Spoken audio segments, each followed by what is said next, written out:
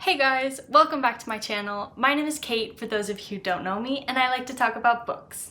Today I will be talking about The Song of Achilles by Madeline Miller. Some of the things I will be touching on in this video are obviously the book itself, but also why I chose to not finish reading it. I will also be talking about specific features of the book, opinion before and after reading it, and whether or not I recommend it. So without further ado, let's get into it! I'm going to start by introducing this book and how I came across it. Basically, if you've ever been on Book Talk or anything like it, you've probably seen The Song of Achilles be recommended.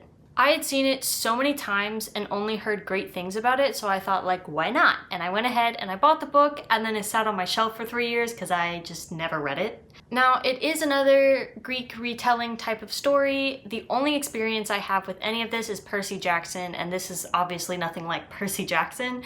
So do with that what you will. So I was excited to read this though, to dive deeper into Greek mythology, which I actually don't know very much about. As I said, after I purchased this book, it sat on my shelf for about 3 years. Granted, quite a few of these books have, but that's why I'm making book reviews, to work through these books on my shelf. After reading Tress of the Emerald Sea, which you can find here, I decided to start on reading Song of Achilles. I chose The Song of Achilles because specifically it wasn't part of a series of books and it was a standalone, and it just looked like it would be pretty easy to follow. Moving on to the actual book, here we have The Song of Achilles by Madeline Miller. This book was originally published on September 20th, 2011, which is a lot older than I had thought it was. I thought it was a newer book, around 2018 or so. My copy of this book is 369 pages long, or if you like to think about books in terms of audiobook hours, it is about 11 hours.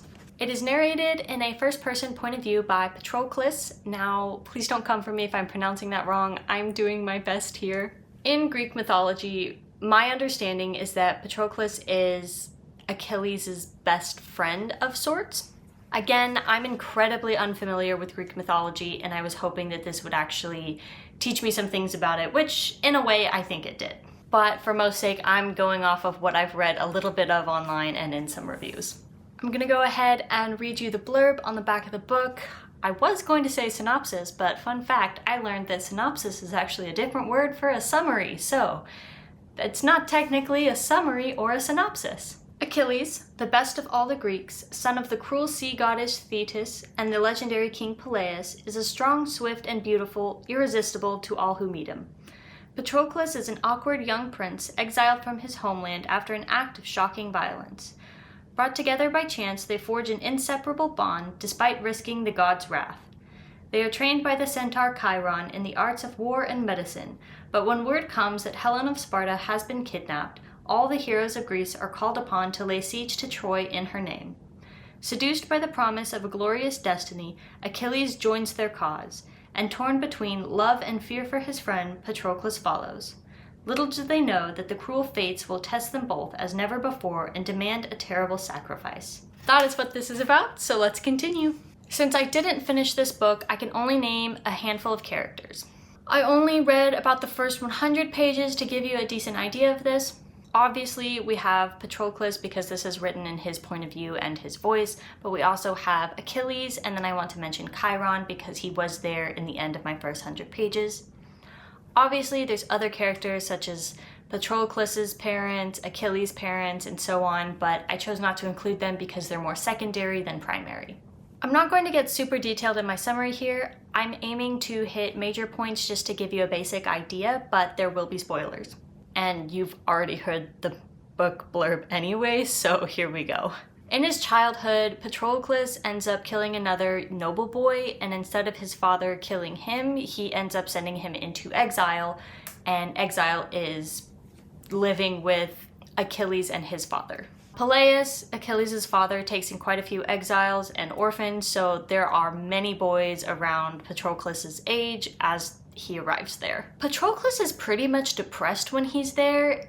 It just feels that way pretty much, but he ends up forming a bond with Achilles. They're about the same age, so once Achilles reaches about 13 or 14, he decides to leave to go start his training with Chiron, the centaur. This happens just after Patroclus ends up kissing Achilles. When Achilles leaves for his training, Patroclus is left behind but ends up running after him. They start their training together and they spend quite a few months learning various things, and when they're about 16, they make love, for lack of a better term. It was about 2 pages after that I stopped reading, just because that's where the 100-page mark was and I was just not interested in the story at that point. So now I will get into why exactly I stopped reading this book. Because of where it lands with the first time they're really together and the 100-page mark I give, it almost seems like I stopped reading because of their relationship, but I want to preface that is not why I stopped reading. It's coincidental. But there were just so many other factors that I couldn't get through with this book, so I didn't get to enjoy their relationship. From what I've read about Patroclus online and in some reviews, it seems that he is actually a really great warrior in Greek legends. And this book, from at least what I read, doesn't portray him that way, and it seemed like a lot of people disagreed with the portrayal of Patroclus in this novel. Which I can actually agree with, because he was honestly made out to be kind of sort of sad and pining. He's a sad, like, quivering young boy who's unsure of his place in the world and where he stands. He's also seems to be uncomfortable in his own skin. I had read a review that essentially called Patroclus a housewife, and honestly, I totally can see it. He acts very submissive. I didn't like his character, especially the way he was constantly assessing Achilles and obsessed with Achilles. He didn't seem like he existed independently of Achilles. So if you had taken Achilles out of this book altogether, it seemed like Patroclus had no purpose anymore. I understand that the point is kind of to delve into the relationship between the two characters, but it just felt like they should also exist independently rather than having to rely on the other character to build one. I suppose Patroclus felt like a really unnatural character to me. It seemed like a lot of things he did were forced for the story. Now, I didn't like Patroclus, but I did really like Achilles. His character seemed more sure of himself and well-rounded in a sense. When it comes to their relationship, every interaction Achilles had with Patroclus didn't feel forced. It felt completely natural for him to speak and act that way toward this new friend of his. However, I didn't like the plot, or really lack thereof, in those 100 pages. As I've mentioned a couple times, I do give a book at least 100 pages if I don't like the book, unless it's really bad. But I do like to give it 100 pages to really give it a chance to take off, because I know some books have a slower start than others. But if it can't get me by then, I don't want to waste my time reading any more of a book that I'm not enjoying, because that's why we read, because we want to enjoy a book. The blurb on the back indicates that this story is going to be about 2 sort of more adult males fighting a war. The fact that the closest I got to that in the first 100 pages is them kind of starting training at the very end there, it felt like false advertising to me. 100 pages, I calculated, is 27% of the way through this book, and I feel like the plot really didn't get touched on until page 100, maybe? I just didn't feel hooked by anything, and I didn't want to continue reading after that. I felt like I was forcing myself to continue instead of feeling naturally pulled into the story, and that's why I really just decided to pull out of there. I think it would have been easier to continue giving it a shot if I enjoyed the narration from Patroclus, but that's another factor that I really didn't like, that I kind of had to force myself to get through these 100 pages with. I didn't like the writing for his voice, for the narration. To put it into a perspective, it felt really proper. I kind of want to say, like, imagine someone speaking 1800s version of English today, like it feels very sophisticated and proper. I know it's the retelling of an epic tale, but I don't feel like it needs to read like one as well. This is just my preference. I've read a couple books like this in the past, and I just don't like this kind of narration. And, you know, some people might really like this, but it just gets in my head and it's really distracting from the book. My best way to describe this is I have heard people who speak French say the French they teach you in school is way more formal than the French they speak in France.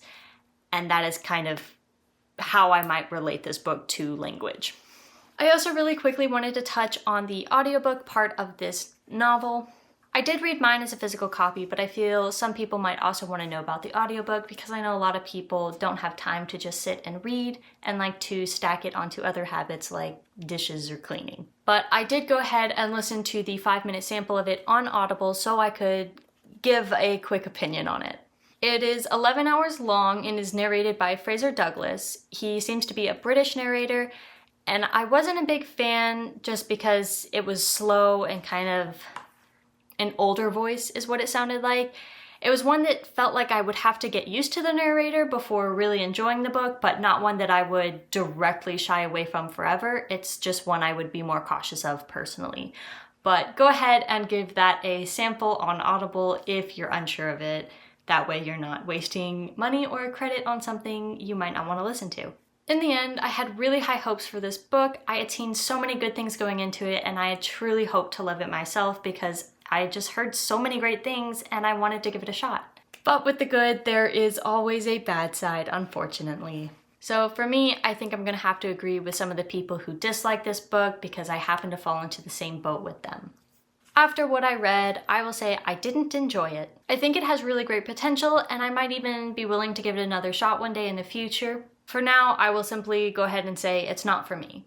I hope this doesn't deter you from reading the Song of Achilles for yourself, because I think you should really give it a shot, but I am merely hoping to put some things in perspective for you so you might know what to expect going into this. I can tell by reviews that this book is incredibly loved by so many people, as it very much should be, because all books deserve a little bit of love there. But we should always remember that not everyone is pleased by the same exact thing. Overall, I would recommend giving this a try if you've ever been interested in it. I do believe your enjoyment of it will totally be based on your own preference and prior reads. I think Madeline Miller appears to be a really great author, and I'm excited to read some of her other works in the future and hopefully compare them and maybe come back to this, as I've mentioned. And that's a wrap on my thoughts for the Song of Achilles. If you've read this book, go ahead and share your thoughts down in the comments, and if you haven't, go ahead and go read the book and come back and share your thoughts in the comments. I'd love to hear whatever you have to say. Thank you guys so much for watching, and if you want to support my channel, don't forget to like, comment, subscribe, or share copy paste to help the algorithm.